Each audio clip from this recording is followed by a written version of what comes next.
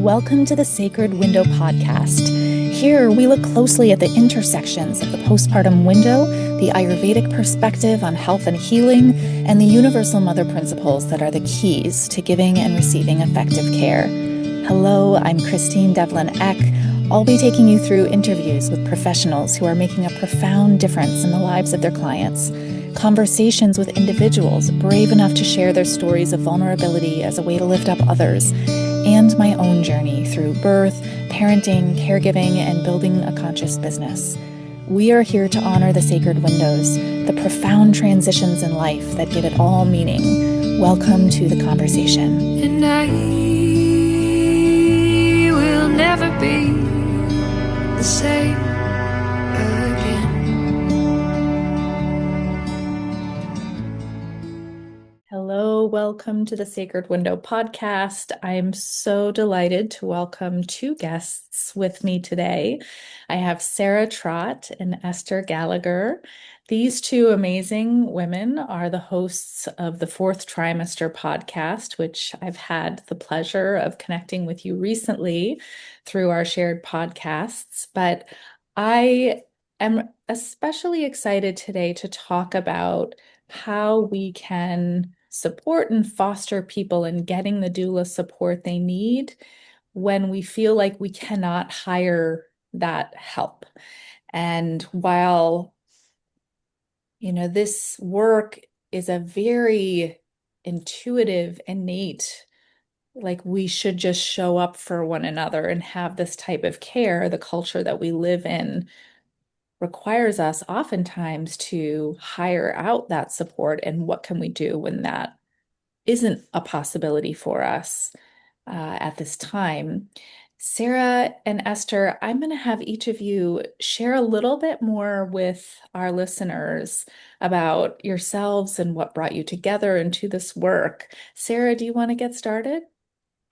Sure. Thank you so much for having us on your program, Christine. We're huge fans of you and your work, and we're honored to be here. So thank you. So, Esther and I have known each other for basically since the time I hired her as my postpartum doula with my first birth. And she was my birth doula and my postpartum doula. And I knew that I wanted some support and that I would need to hire a professional for that. And it was a very attractive option for me in particular because I knew that I wanted someone who was experienced and who could help advocate for me. And I didn't have family in my city where I live who would be able to be present with me. So I reached out to Esther. We hit it off. And we had a really beautiful birth experience with the birth of my baby. I hired her for my second as well. Mm-hmm. And so we were hanging out and talking a lot during the postpartum period. And we just, I think it was just this perfectly mutual connection on this is great information. We should be sharing it. Let's do a podcast. And we co-created the Fourth Trimester Podcast together with the purpose of sharing information for free with listeners to help support their education and empowerment for all things postpartum and fourth trimester. And Esther came up with the name, which is pretty cool. And so my background is that I'm a parent. I have worked in the San Francisco Bay Area for a number of years, but my background is in tech, and I'm not a perinatal professional, but I'm someone who loves to find resources and share resources with others. So that's been my role, is to work with Esther on the podcast to find resources and bring on wonderful perinatal professionals who can speak to specific topics. Christine, we've had you on the show, so you are one of those who we include in our recommended resources for sure. And we've just had a wonderful time recording together and sharing this information. So that's a little bit about me and my background and how we got together and started the program. And Esther, I'll pass it over to you because you always have a wonderful version when you tell the story. Thanks, Sarah. Well, starting from Sarah's story, I think speaking about the fourth trimester, when I interviewed with Sarah and her husband, I said to them, I'm happy to interview with you about being your birth doula, but I require that you let me speak about postpartum care. And Sarah was understandably bowled over. she just didn't even know it was a thing. She didn't know that she would need it. And, I use the word need in a very broad sense, of course. But immediately really resonated with the idea. I think Ben also did. And so they were, I think, pretty excited to have this continuity of care from, mid to late pregnancy through the first 2 weeks of postpartum healing and recovery. And that was my model of care for a very, very, very long time. I'm old now, and so I really, given the state of hospital birth these days, I really am not physiologically prepared to be in the hospital setting. Much as I love to support birth, the hospital setting isn't for me anymore. So Sarah got lucky and had those babies when I was available. But there, of course, are many, many, many wonderful, wonderful doulas in the Bay Area. And so if you want one, you can find one. But my own story is having been radicalized as an 8-year-old when I asked my mother about my birth story, and she started the story with, I wanted to have you kids at home. And of course, immediately I was like, well, why didn't you? In my mind, like I didn't have that conversation with my mom per se, but by the time I was going to be having a baby, I knew I would be having my children at home, and did so. And thank goodness, despite the legal climate in California at the time, I was able to find wonderful, wonderful midwives and was very well cared for.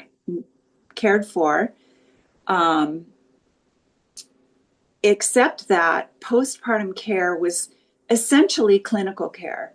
My midwife didn't show up to make me a meal or prepare a sitz bath, although my particular midwife was wonderful. She did do warm compresses postpartum.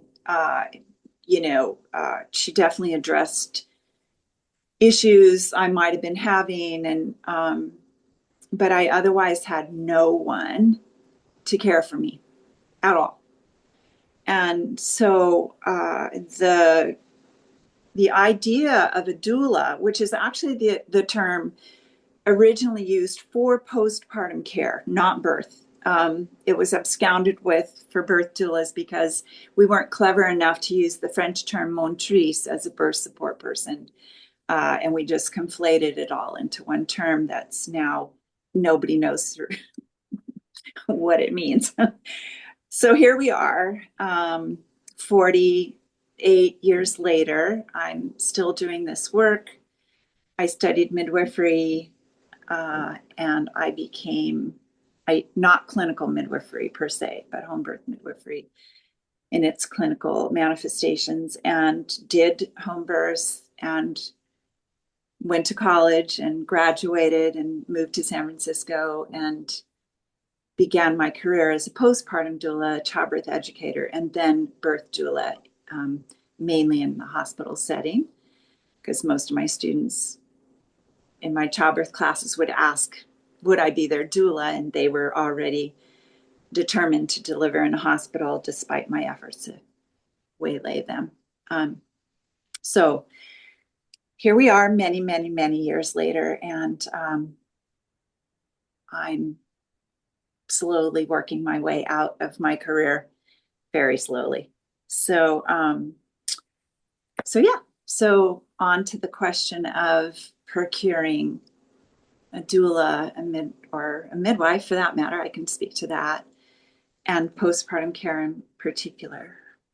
So, Oh, I love stories about partnerships and origin and how we end up. And I find it so beautiful to imagine you as an 8-year-old and hearing that word home birth and having that just drop into your heart and stay with you and guide you into the path that you went into. I find that exceptional. Thank I you. think it's an exceptional story. I haven't heard one like it yet. And I've been amongst many, many birth workers and lots of people. So yeah, I like my story too. Thank you. Thank you for noting that aspect of it. Yeah. And I love, Sarah, I love that, your background is, so many of us, like we come into this from our own birth and parenting journeys. Where like, I really resonate with, I didn't know at all that postpartum was a thing until it became so evident that something was really missing from my narrative and understanding of what was supposed to be here. And then just was guided into the work that, we're sort of collectively doing here, understanding how necessary it is. And so the fact that the two of you have started this incredible project and are offering these conversations in this way of reaching people is really powerful. So thank you so much to you both for following the thread of this idea and this calling. And yeah, let's dive into, so when we, first met each other and we started talking like this topic, you guys were pretty clear about like this is what I'm talking about. Why is that? Like why is this topic so very clear to you? And Esther, I'll start with you because I know Sarah kind of, this is clearly like a passion for you. Uh, so yeah. Yeah. Well, I mean, I would start by reiterating just the experience of lack of care. I didn't have much care during one of the most profound transitions of my whole life. And I was young and I was not living near relatives who were, in any case, busy with their careers and lives and still raising their children and all the things, and didn't know one thing about postpartum care because they had not received it either. And so historically in America, we have a long legacy of divesting women and children of care from a very, very, very early point in their development. And so, lucky for me, I was amongst women who were interested in midwifery. So they were interested in the whole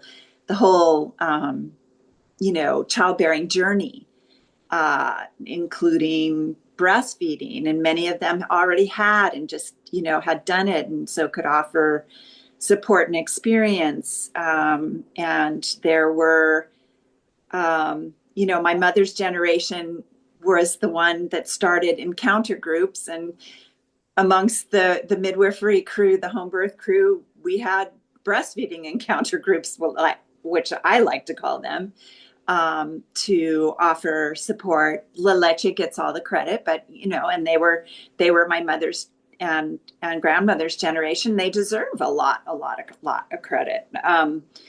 But I think by the time I came around, it was much more. It was even more feminist than it had begun, which I could really resonate with and appreciate. And in any case, I also experienced that men of my generation still weren't in any deep and abiding way involved. It was optional whether they would get, involved in the process so often, and based on, what their paternal generation may or may not have felt was necessary or could honor or any of that. So there just wasn't much going on, by the way, even though the expectation was already beginning to be set that men would take time off work and somehow manage it all, which I think is insane. But I don't think it lets them off the hook altogether either. So finding that balance of love and kindness and compassion for the person who just bore your child still has a long way to go in this culture. And I think also what has a long way to go in this culture is heart-centeredness by and for men. A long, long way to go. So the kinds of support that a man, a cisgendered male in this culture, can find to be heart-centered and to have friends around him who are heart-centered, I don't see a lot of it, and I don't see where it's going to be coming from anytime soon. I hope it's out there, but so far I'm not hearing that much about it. So that may feel a little scattershot, but it's what motivated me in the postpartum arena was just this experience of, what little support I got was phenomenal for me. I mean, it just saved my life whenever I got any form of support. And then it was just too little and too late in most cases. And it's a good thing I'm sturdy because I rode those waves mostly by myself. But I think how much nicer it would be to not have to, and to really have oneself surrounded by people who can normalize, but also do so compassionately with understanding, and understand how important it is to be fed and watered and bathed when your body has just gone through such a major phenomenon, and your mind and your heart. So yeah, I can talk like this for days, but I tend to get repetitive. Again, I'm old. Esther. Oh, you're so incredible. And I'm a testament to, your story is that, you turned your own experience into your career and your life's work. And, the experience that I had with your care was so wonderful because I was getting social emotional support, practical support. You were pointing me in the direction of specialists when I needed one. And you'd seen it so many times and you knew how to guide me. And I did have hospital births, but you were there advocating for me and translating, which, and that was part of the conversation we had, right? It was like, I don't know what I would have done without your help for the birth and afterwards, right? And I think, your listenership, Christine, probably is very familiar with what a doula is, but would it be helpful for us to just mention that in case there's someone new listening? Because I didn't know, like that's part of my story is I had no idea what some of this stuff was, right? So like a doula is a non-medical perinatal professional who will come and provide practical and social and emotional support for parents through the perinatal period. So when we talk about why this topic, Christine, like one of the things that comes to my mind is great research that just came out of the March of Dimes. So I can give you a link to this as well for anyone who wants to follow up on it. But they did a report on the maternity care desert, which found that 35% of counties in the United States don't have access to a place to give birth, like a hospital with a maternity ward or a birth center, or an OBGYN, or indeed necessarily potentially a pediatrician who can support infants. So this is kind of shocking, right? Because we're this really wealthy, developed nation, and it's potentially not great experience for moms who don't have access to the sort of basics, which is why it's a cool opportunity for someone who's either a doula who has this profession supporting parents, or um, an opportunity for friends and family to step up and help women and families who need the help but don't have access to it. Either you don't have access, or maybe you can't afford it. Maybe you do live in a place where there are doulas and you just simply don't have the money to pay for it, or your insurance kind of pays for it, but you can't find any doulas who are willing to take those rates, right? There's all kinds of flavors of how that might play out. So that's why this topic is really interesting, because there's a lot of things that friends and family can do to help people who have a new baby. And I want to circle back on what Sarah just said and emphasize that in America, fully 1/3 of women, because it's primarily women going through this process, physiologically, emotionally, socially, have been divested of maternity care, first in the form of midwifery care, which we had in America. And obstetrics went to work legislating midwifery care out of existence. And lots of places don't have midwifery care in America to this day. That would be the only perinatal care that the women in that county would have access to otherwise, if they had ongoing traditional midwifery care. So here we are with me complaining vociferously once again that the kind of really appropriate care that we did traditionally have in most human populations around the world until the modern era has been taken away. In Europe, they just burned women at the stake for practicing midwifery. And we, practically speaking, did the same thing in America. And we took it from cultures, indigenous cultures. All the people of color in this country were divested of care in the form of traditional midwives. So we have a long road to hoe to get back to anything that looks sane for women in this country. A very long road to hoe, and we better get started because it's really, really, we're not in a good situation right now.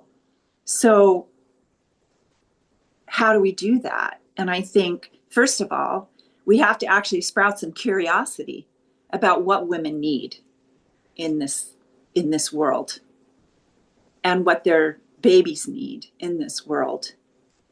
And I'm, very curious how that's going to happen if everybody who's working now works from midnight to midnight at their tech jobs or whatever jobs they might be lucky enough to have, and thinks that eventually, somehow, magically, they'll have a family and it'll all work out just fine. Because it's not, all the statistics show that that's not what's happening. Mental health concerns, physiological health concerns. Sarah had a little physiological thing pop up. And had I not been there, poor thing, I got to say, what would have that been like for her if nobody had a clue what was actually happening? And lucky for her, I'm curious. I'm curious about women and their bodies and their experiences. And I have been pretty much my whole life. And we were able to interface with her medical care provider to get to the bottom of this thing, so that she could heal and recover this very specific thing. So as an example, we have Sarah right here, so she's the easy example for me. I have an example, I can circle the earth with. of examples of things that came up for my postpartum parents that needed care. And when they phoned up their obstetrician, they were like, "Oh, you're okay." And I had to take them into the hospital, get a care provider to actually look at the thing that we were concerned about, and then go, "Oh, yeah. Oh, good thing you came in." So the state of obstetrical care is poor, and it's really bad in the postpartum period, which is 6 weeks as far as they're concerned. And as far as I'm concerned, it's easily 3 months. Easily. And I used to joke with my home birth people, it lasts until your kids go to kindergarten. So there's a lot going on that needs to be addressed. So how are we going to address it? Well, listen, there's a lot of great information in the world. So if you're somebody's grandpa or uncle or cousin or next door neighbor, or, you know, I could go on and on. You could actually know all about this if you are curious. And you could make some good decisions about how to help and when just to stay out of the way, because that's equally important, as Sarah and I have spoken to on the podcast. You could listen to our podcast and learn a lot of this stuff if you were curious. And you could study. You know, there are courses in postpartum care, for better or worse. Some are great, some are, I don't know, not so great. But you could learn a lot about female physiology in the childbearing year, just by applying yourself. That's how I became a midwife. I went and found books and studied, and I went and hung out with people and learned. And this is how we actually can learn things in this culture. And I think let's get started. It's so, it really hits you, in the chest when you realize the blatant statistic of, and you're so spot on that we recognize what is not, like what it is that we need when we understand fully what is not there. And oftentimes for many people, it requires us getting to that point and realizing, wait a minute, what the heck? I didn't know I needed this. And now we're in this place. Yeah. But I think, I oftentimes feel that with the magnitude of imbalance in social systems, in medical systems, in societal systems, whatever, there's so much that we feel the weight of that needs to be changed. And yet, while those systems seem so immovable, it is the people within them that are the ones to create the change through that curiosity, I think, that you're talking about, Esther.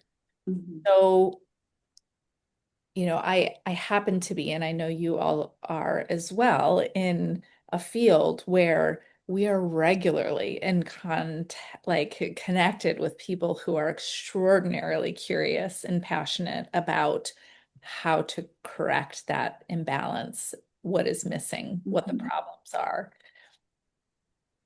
And part of this idea of access, when we feel like we don't have access, postpartum care, for example, it's like we as the individual get this opportunity to actually create what it is that we need. And sometimes we may not know what it is that we need, but to be able to access your podcast, to access, books that our neighbor mentioned were really helpful for them, to access, the breastfeeding group on the other side of town. Like there are things that are there and groups and resources that will open us up to the next thing and then to the next thing and to the next thing. And I've said this before a number of times, but I was very concerned for myself when I was expecting my second. I had already had a child and realized how important postpartum care was a little late in the game. But when I was expecting my second, I wanted it to be very different, but I didn't know who was out there to help me because I was studying Ayurveda. I had very clear idea of what that tradition knew about postpartum healing and how I wanted to experience that window. How are you sharing your gifts and passion for caregiving with others?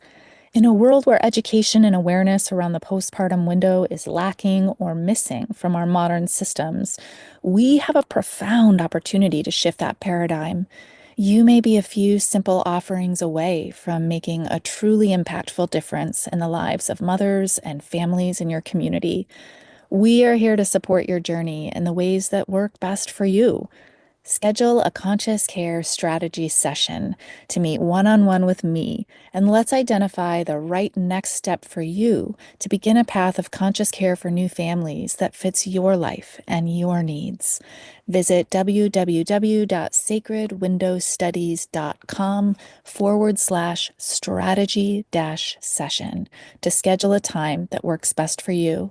That's www.sacredwindowstudies.com/strategy-session. And my teacher, I told her, I said, Yisha, I don't know how to set this up for myself because there's nobody out there who's doing this. Where can I? And she said, don't worry, don't worry, don't worry. You have the awareness, you have the ability to piece together systems of support with that. And I'll never, ever, ever forget that because I literally did what we're talking about here, which is to create postpartum support when there's nothing there. So who do I have? I have my husband. I have my mother and my mother-in-law who are coming for 2 weeks each. I've got, my friends. I have my ability to like prepare ahead of time and to like set some things up. And while it wasn't perfect, it was so much better than that first time. So I think it's like, yeah, like I want all of the people who are going, I mean, this affects everybody. Everybody loves somebody that's going to go through this, or they're going to go through it themselves. So yes, we have a ginormous row to hoe to get this fixed. And yet we have hands and we have creativity and curiosity. And so how there's like a million ways, and it's going to depend on each of us and what our unique circumstances are. But yeah, speak to that. Sarah, I'd love to hear, with your, Esther's guidance and your own creativity and tenacity, do you feel like you were able to create systems of support for yourself? And what comes up for you, I guess, when you think about that? Yeah. Well, I consider myself very blessed, and I'm grateful that I had the ability and the resources to hire a professional to support me in that way. And it was very eye-opening to start to research the different kinds of help that existed and support that existed. And the podcast, in a funny sort of way, was my research project. That's kind of how it started. So if I was working with a sleep consultant, I would bring the sleep consultant onto the program to talk, right, and share information. So I gathered a lot of information about what I needed, but also what I thought could be helpful for others. And, we continue to be very passionate about this topic in part because of the tremendous impact on the lifelong health, mental health and physical health of parents and babies, how much is impacted by those early days postpartum. So we continue to find more ways all the time. And I'm always happily surprised when I meet someone new after doing this for years now and hearing new ideas. When Esther and I talk about this topic, we've created a framework around the kind of people. So who you talked about some practical examples, mother-in-law, neighbors, etc., friends. So what are the characteristics of the kinds of people that are supporting you, and what can you proactively seek out? Like, I think it's so cool in your story, Christine, that you talked about how you were proactive around it, and you had a different kind of experience because of that forethought. So I think that's really great that you were able to do that. But we think about, like, what's the kind of person who you want to support you, and then we have practical ideas around what support people can do for parents during different phases. So birth, immediate postpartum, and then the longer, like, fourth trimester period, right? So with those kind of three areas as a framework, we can talk about some of the things that people can do during those periods. But, the ideas that we have now reflect things that I experienced, but also things that we've learned along the way from lots and lots of different women and professionals who we've talked to on the program. I love Sorry, Christine, I want to jump in with two different things. And one is that, in terms of being resourced, if you're in a community that might have doulas, whether or not you feel you can afford a doula, you might find the doula community, if there actually is one around you, to be quite resourceful on your behalf. So the first thing to do, if you have a computer or a library with a computer, is just Google doulas in your, say, county, right? You'll probably come up with a list.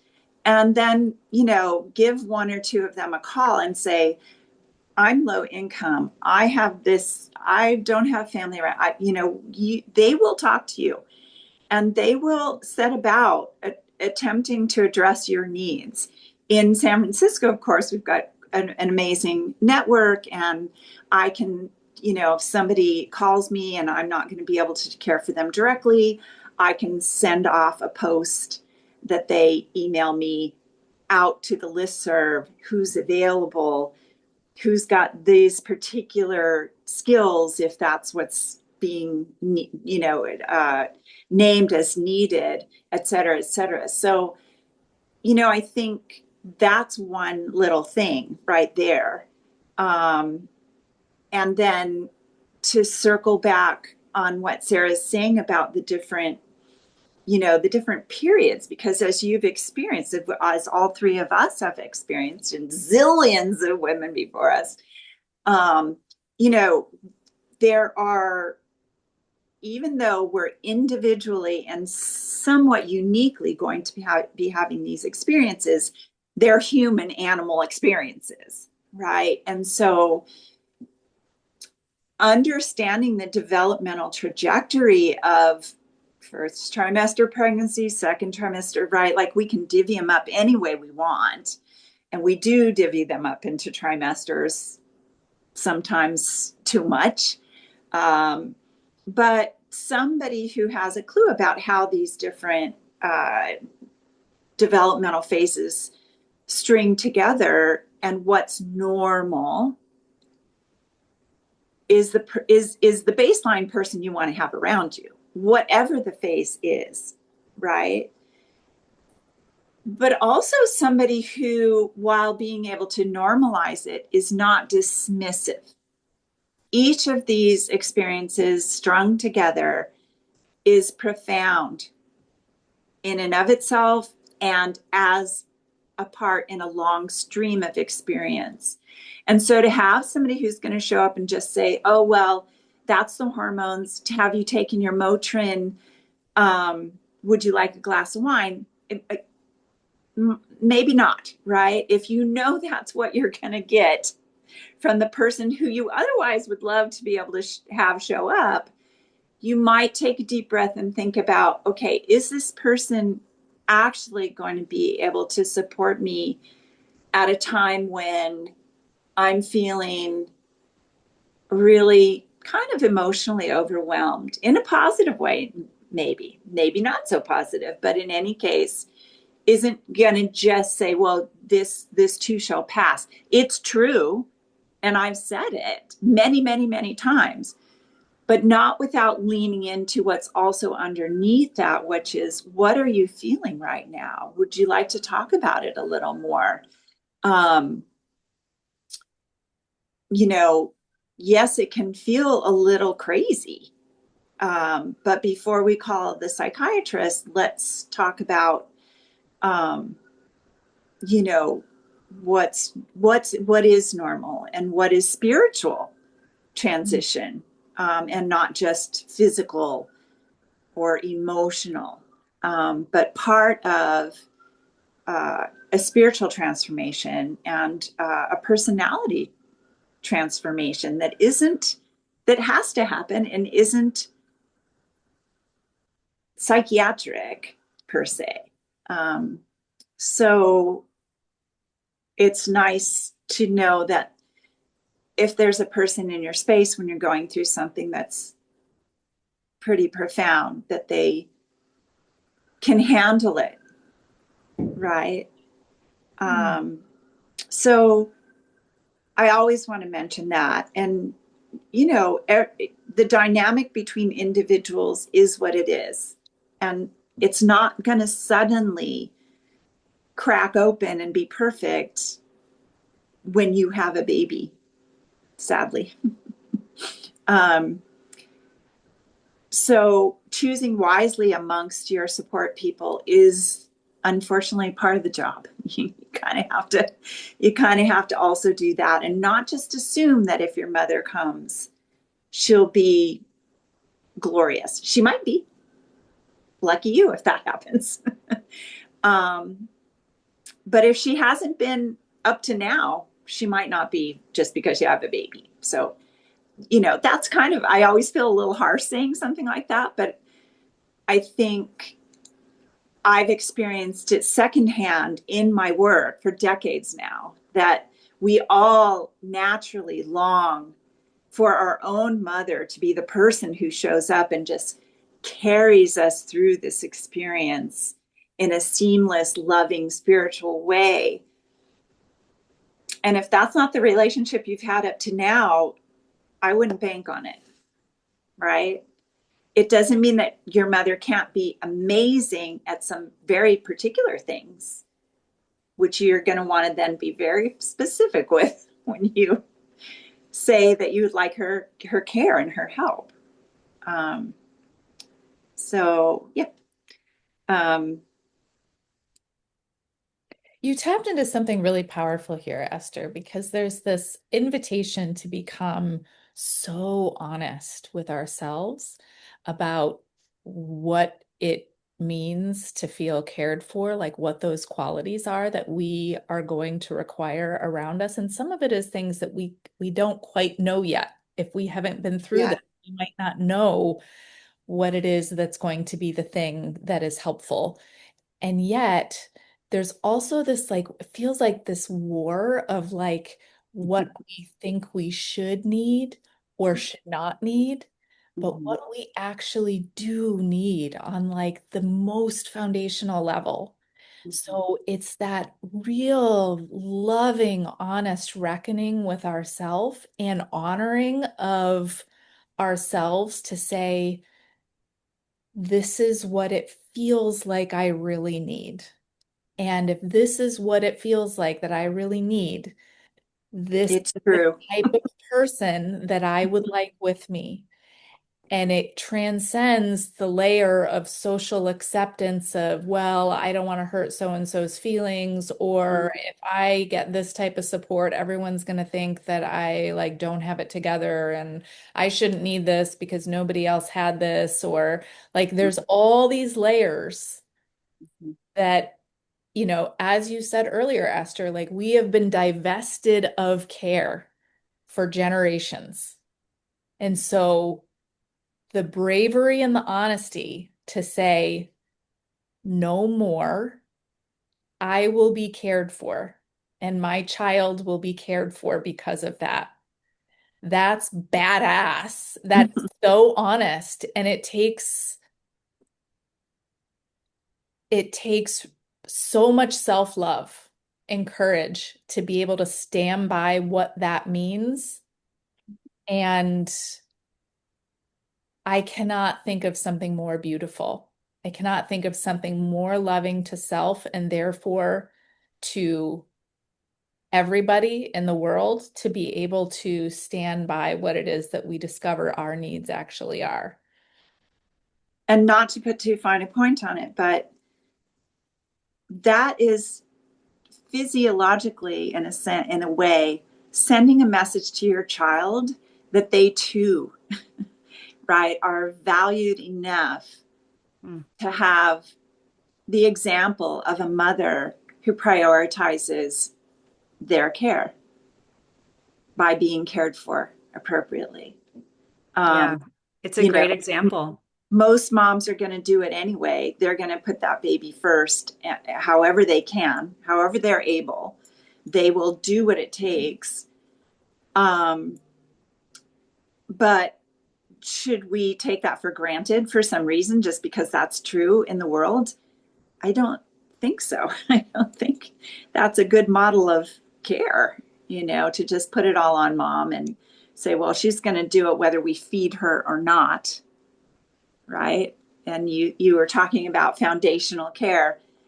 You need food, mama. And if you're standing at the stove having to get it for yourself, you're going to not be resting when you need to. You're not going to be breastfeeding when you could or should. Yeah, all the things. You're not going to, you need the care in the first 2 weeks, bottom line. Food should be coming to you. Hydration should be coming to you. You should be able to sleep whenever your baby sleeps in those first 2 weeks. Minimum. So I think so often moms imagine care to be highfalutin and different than just somebody who makes all kinds of emotional and spiritual space for mom to be available to herself by making sure she gets fed, right? And get support in breastfeeding, because we all need that too. So as we've often said on the podcast, we start with basic human needs.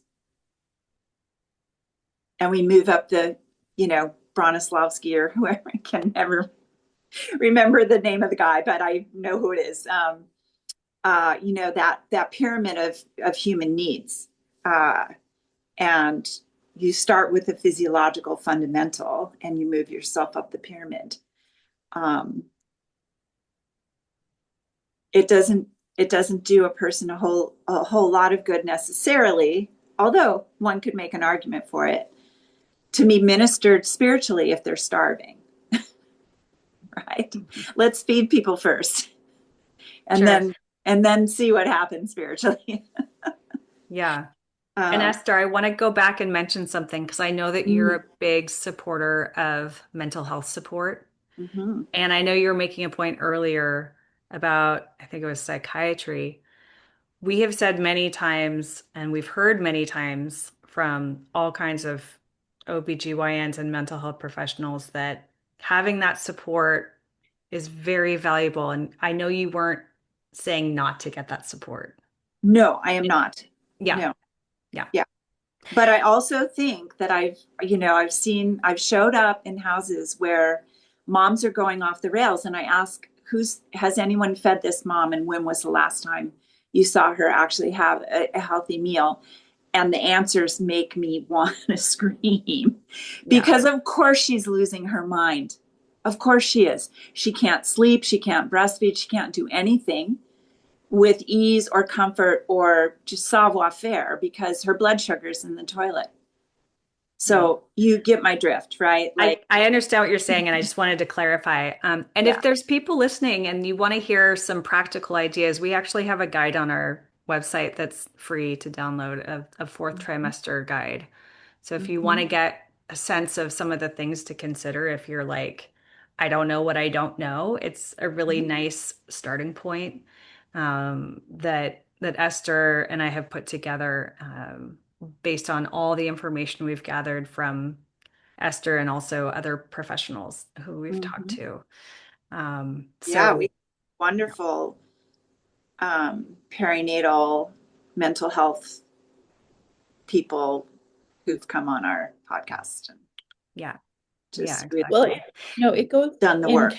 Because when you have a structure of care that is attending to all of the main physiological needs, that extends to all the subtle layers of being. So if someone's digestion is taken care of, they're being fed, they are being kept warm because they're naturally going to be experiencing more cold and lightness.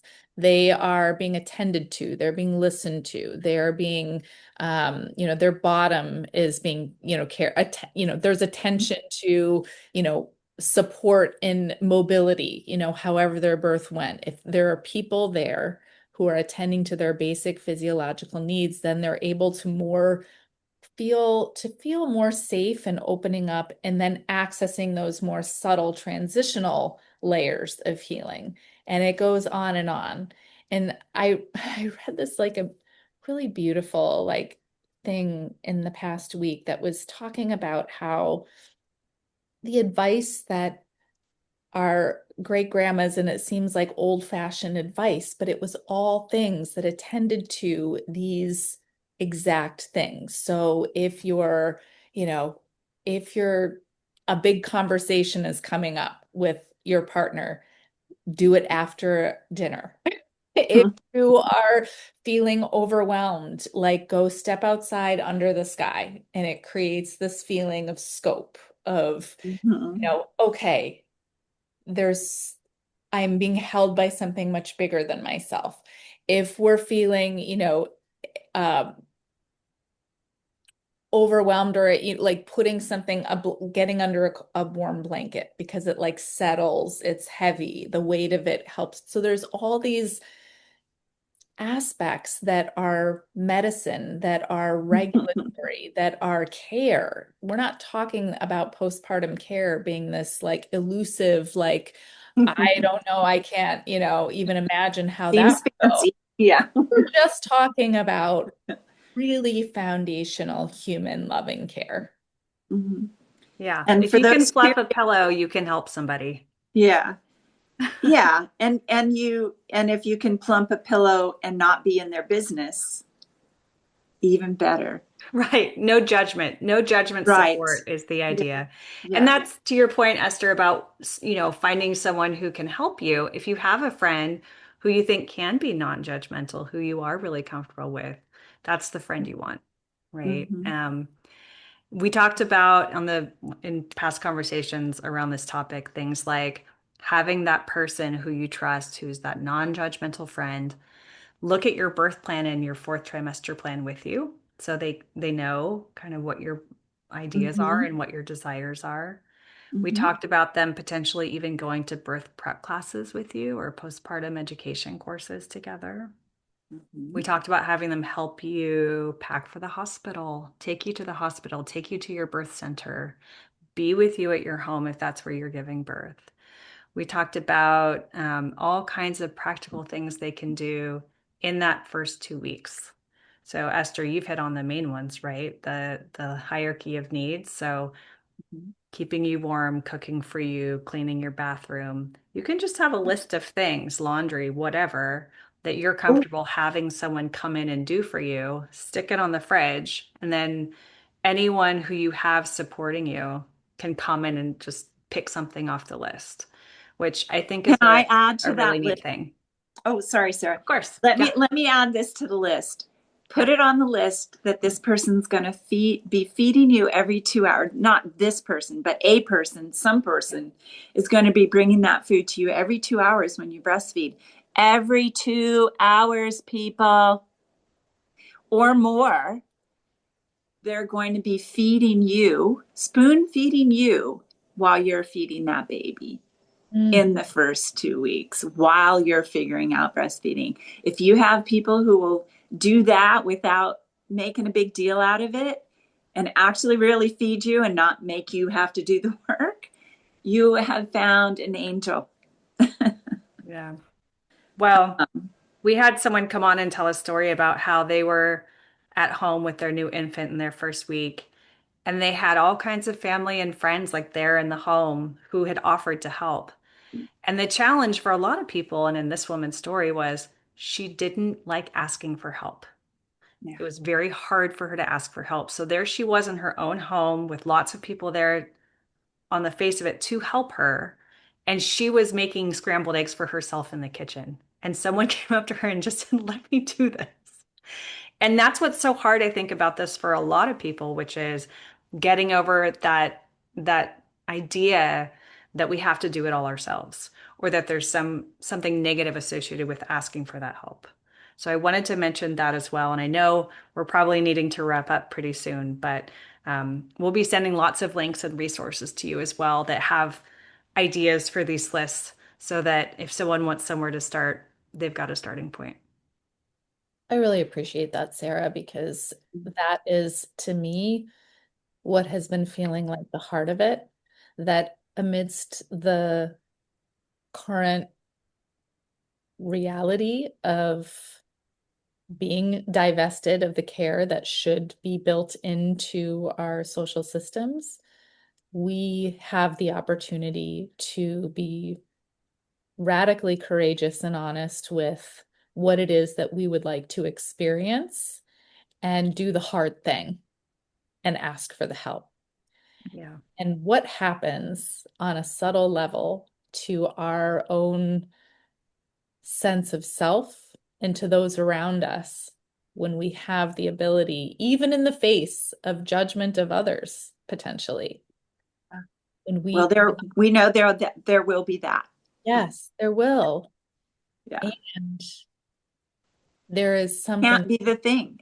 One has to divest ourselves of that, right? Yes, we don't have to let that stop us. Yeah. And so my feeling is that as we push through that hesitancy to ask the hard thing, we discover that it's not actually as hard as we thought it was. Yeah. And that is how things start to shift. That is how society starts to shift. And that is how people say, oh, postpartum care. I've heard of that. I know what that is. Mm-hmm. Right. And I can have it. And I can have it. It's for me. It's for me. It exists for me. Yes. It took me 30 years of being a doula to be able to ask for help when my back went out. It was the best thing in my life. One of the best things, besides having my kids in my life, was to find myself in desperate need and have the thought, oh, how do I doula myself through this? Well, by finding doulas. Yeah. And I found a lot. I found so many. It was so great. It was so great. It's practice for all of the other times in our lives where we need a support person, because there will be more.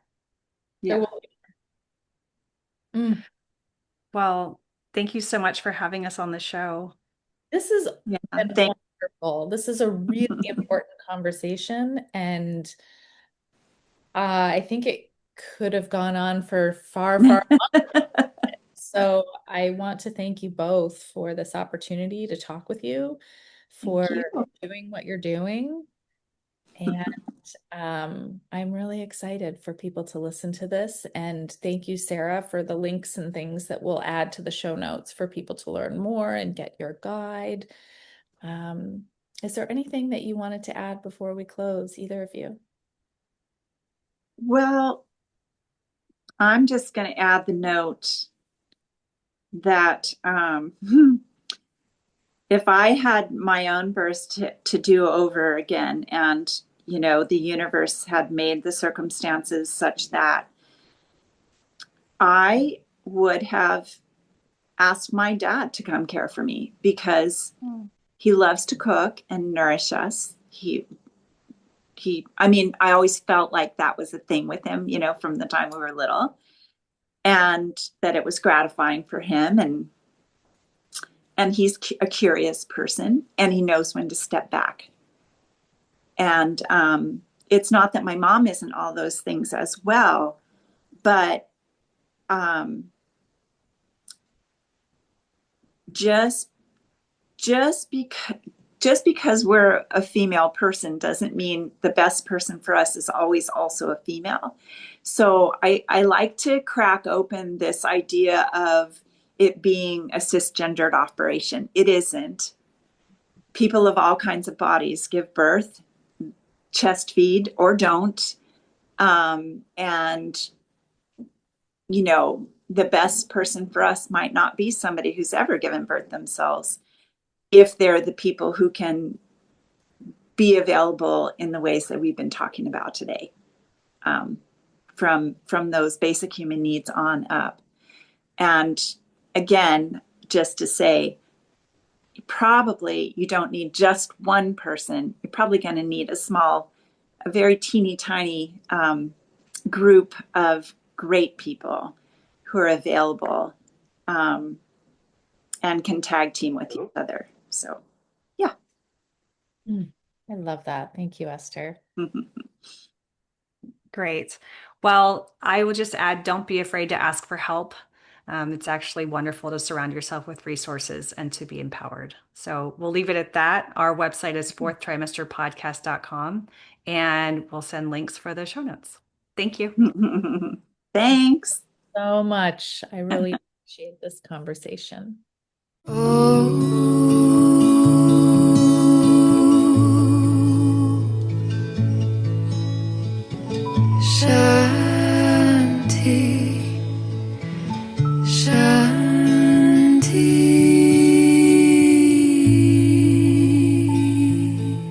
The Center for Sacred Window Studies has been training postpartum care providers, professionals who work with new families, and individuals passionate about postpartum care since 2018. We regularly host live free events alongside our online and in-person training and certification programs. Hop on our newsletter list to get direct access to all of our events and community support gatherings. Our mission is not only in training conscious postpartum care providers, but in fostering a robust, informed, and thriving community of postpartum professionals. Once you step inside, you're family forever. Visit www.sacredwindowstudies.com to add your email to our newsletter list. You can support our work by subscribing to the Sacred Window podcast and sharing with someone you know who would love it. Thanks for being here and participating in the culture-wide shift that recognizes the need for and the importance of conscious postpartum care.